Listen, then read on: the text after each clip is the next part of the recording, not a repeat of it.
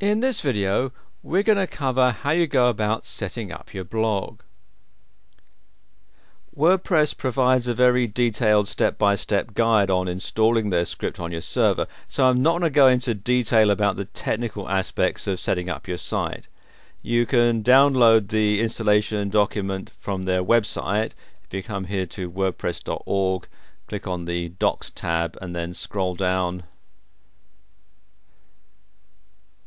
You see here famous 5-minute install, and that explains all about it. Instead, I'm going to cover quick optimization once you have established your niche market and overall blog theme. To begin, you need to make sure that you choose a domain name that represents your topic, preferably implementing keywords that are relevant to your target audience. If you go to Instant Domain Search, which you can find here at instantdomainsearch.com, and enter a keyword phrase into their search engine, you can instantly determine whether a domain is available. This tool will save you time as it pulls data from the ICANN database to determine whether your domain name is available as you type it in. Okay, having said all that, here are a few things that you should avoid. First of all, you should avoid domains with multiple hyphens. You should avoid domains containing numbers. Avoid domains starting with words like the, this, that, or a. Avoid domains that are difficult to spell. Now, this gets into the whole debate about whether you should use British English or US English online. Now, I'm not going to get into that in this video, but bear in mind that in different countries they spell words differently. So if you were going to have a domain that said, for example, blogging center, bear in mind that people who are looking for your domain in North America are going to spell center C-E-N-T-E-R, and people who are looking for your domain in countries like the UK or Australia or India are going to be looking for center C-E-N-T-R-E.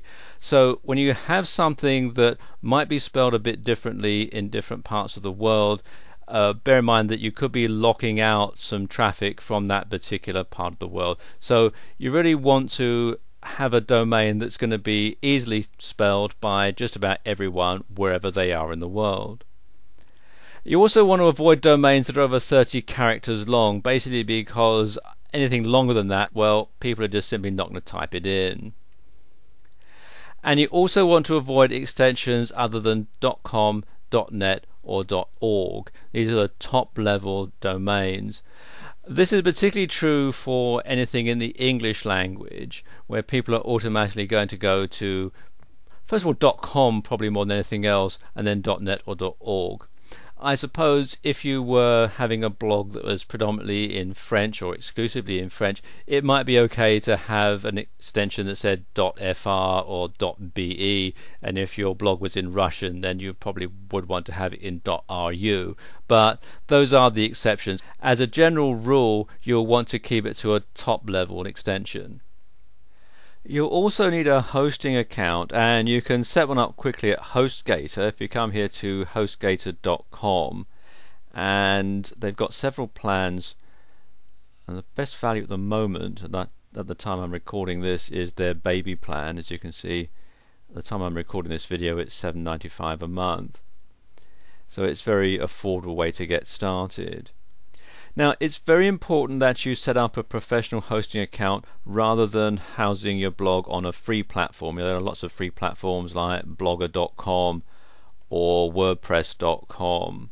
You see, housing your own domain and hosting account has several real advantages to you. First, it opens up opportunities to you for advertising and sponsorship. It also negates the risk that your blog will be removed by the hosting provider without notice, as many people have experienced throughout the years when hosting their websites on free servers. Having your own domain and having it hosted with a reputable company is an investment in your blogging business, and it puts the control back into your hands so that you're fully responsible for its content, its features, and you have the ability to do whatever you want with the blog based on your current market focus and so on. And finally, registering your own unique domain name gives you branding power and the ability to establish an online presence easier, as people will get to know you and what you're offering through the domain name and the online identity that you create.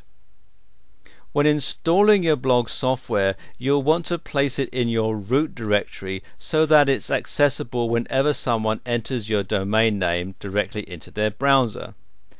So for example, you want to have it show up when people type in www.yoursite.com rather than www.yoursite.com/blog. You see, it's just much easier to remember. Once you have WordPress installed on your server, you'll want to customize the look and feel of your site. There is a never-ending supply of free WordPress themes available online, all of which are featured on different website directories, and I've got a few of them here for you. There's FreshEasy, which you can find here at fresheasy.com. There's ThemeLab, which you can find here at themelab.com, and the WordPress site itself has some as well. You've got wordpress.org/extend/themes. Or if you just do a search in Google for free WordPress themes, you'll find lots and lots of different sites that have them. In order to position yourself within the search engines, you need to ensure that you fully optimize your blog. Thankfully, with WordPress, this process is exceptionally easy. To start, you'll want to change your permalink structure so that your URLs are search engine friendly. Permalinks help your website rank better in the search engines because when set up properly, they will include your individual post title and keywords. Okay, to do this, within your WordPress admin panel, click on Settings, and under Permalinks choose Custom, and then you want to enter this line here. You want to enter /% category %/ post name, or one word, %/. In addition to customizing the look of your blog, you can also choose to add plugins to your WordPress blog. Plugins are extensions of the blog platform, and they make your blog more interactive and often easier to manage. Now, here are the plugins that I recommend installing when you first set up your WordPress blog. And the first one is the all-in-one SEO pack, which you can get from wordpress.org. You come here to wordpress.org/extend/plugins and then all-in-one SEO pack with hyphens in between.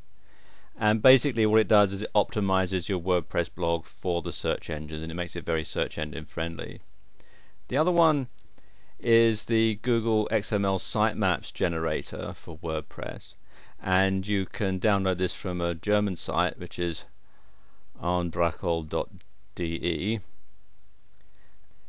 And finally there's Google Analytics, which is a great plugin. It gives you lots and lots of stats, so you can see when people are coming to your site, what countries they're coming from, the keywords that they're using to search for it, and so on.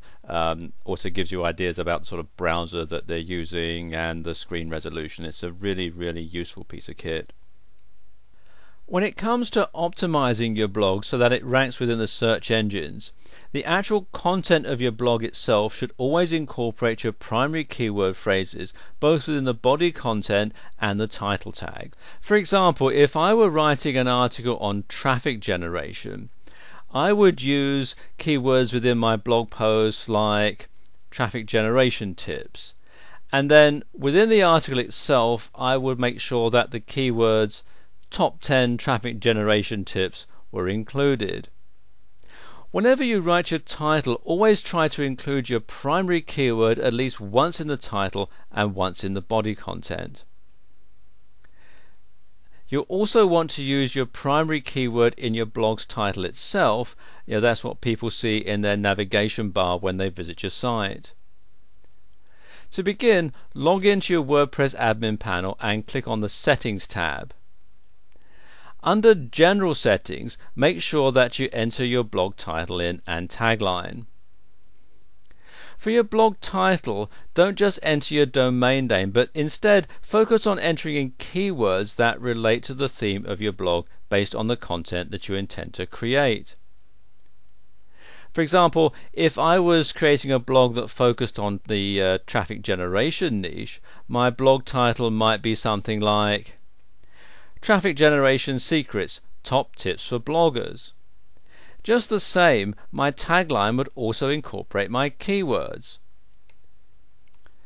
For example, traffic generation, traffic strategies, website traffic tips for bloggers, and so on. You should always try to have categories set up for each main subject of your blog. For example, if you're running an internet marketing blog, you could have categories and subcategories featuring things like article marketing, search engine optimization, traffic generation, info product creation, blogging, and so on. Another very important tip is to use anchor text links within your content, rather than post the direct link itself, so that you can rank for specific keywords rather than just for your website's domain. For example, if I wrote an article featuring information on traffic tips for bloggers, instead of placing a link like this one, traffictipsforbloggers.com, I would use anchor text so it appeared like this. Read the top traffic tips for bloggers.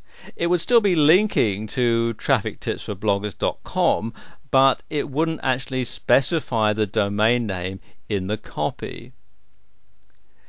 Use anchor text when linking externally as well as to other pages on your website to consistently build your ranking for individual keyword phrases based around your blog's theme or niche.